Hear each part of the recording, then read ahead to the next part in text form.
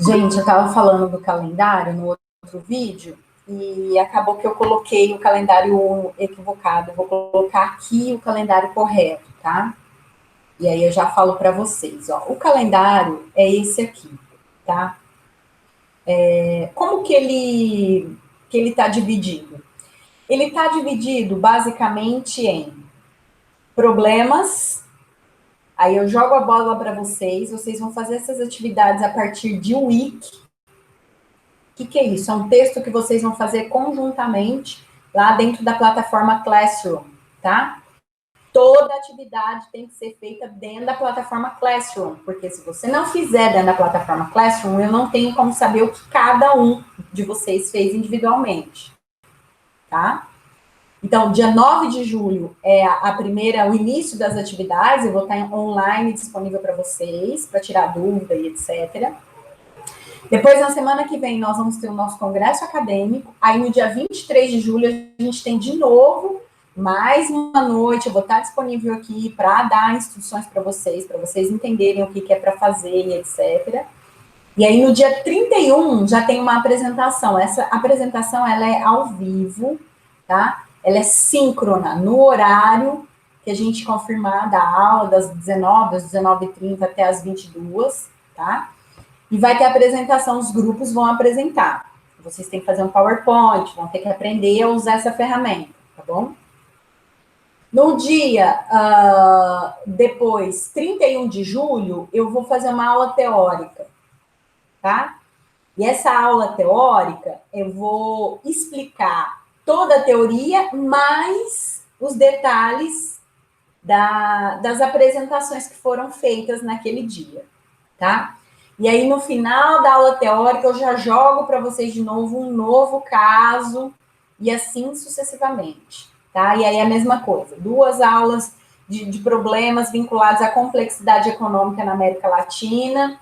Vocês vão fazer as atividades no Wiki, tá? Todo mundo junto, apresenta, a gente vai ter uma pessoa de vocês que vai apresentar, né? Que a gente vai chamar de porta-voz, e aí a gente vai, enfim, caminhar de novo. Apresentação, depois aula teórica e assim sucessivamente, tá?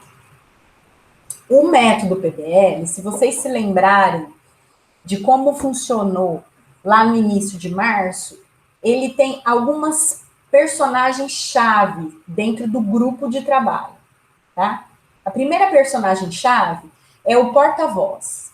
O porta-voz vai ser aquela pessoa que vai ficar responsável por apresentar o texto, apresentar as soluções, fazer as perguntas, tá?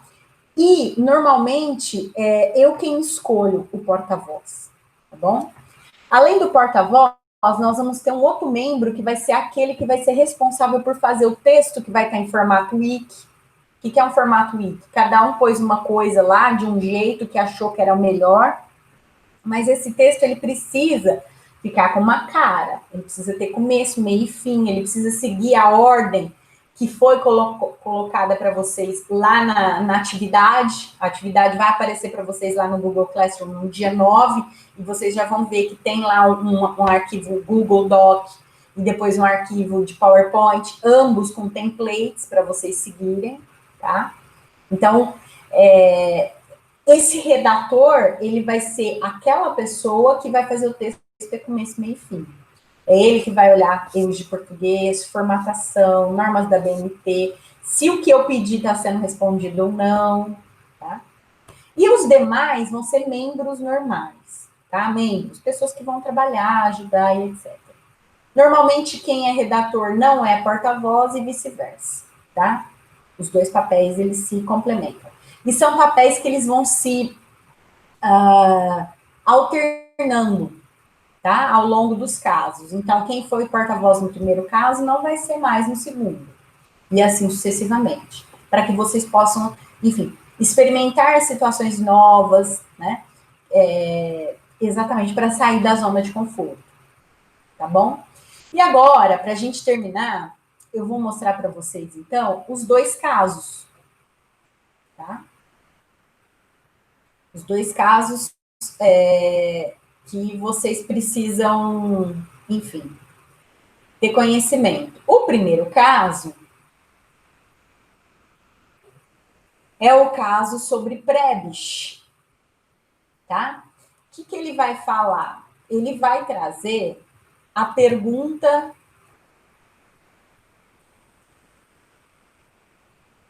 Ele vai trazer a seguinte pergunta, né? Raul Prebisch veio fazer uma discussão que engloba a dinâmica centro-periferia, tá? Vai ser a primeira vez, ali no final dos anos 40, início dos anos 50, que a América Latina e o Brasil vão começar a olhar para si de uma forma diferente daquilo que era olhado e visto no desenvolvimento econômico, na teoria de desenvolvimento econômico que até então vigorava, tá?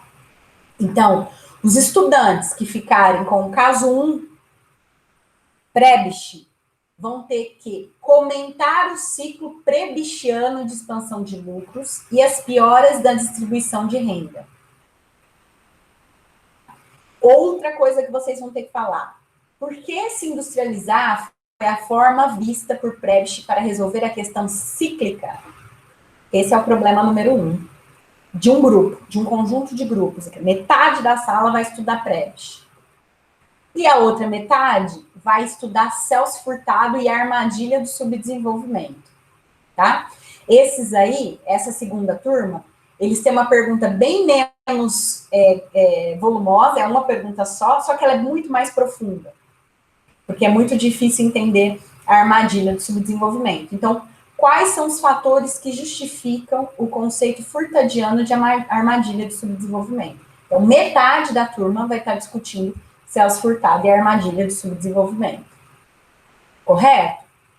Eu vou subir o vídeo lá no canal do YouTube e vou disponibilizar para vocês lá no Google Classroom e pelo e-mail. Correto, pessoal? Então, quero agradecer fortemente vocês, né? Enfim, o esforço, vai ser um esforço meu, um esforço de vocês. Vocês perceberam que vai ter algum probleminha aí no início, no uso da plataforma, mas logo a gente consegue estabilizar e vocês também conseguem se estabilizar no uso da plataforma, tá bom? Qualquer dúvida, podem me escrever por e-mail, certo? A gente se fala em breve. Um abraço, até mais.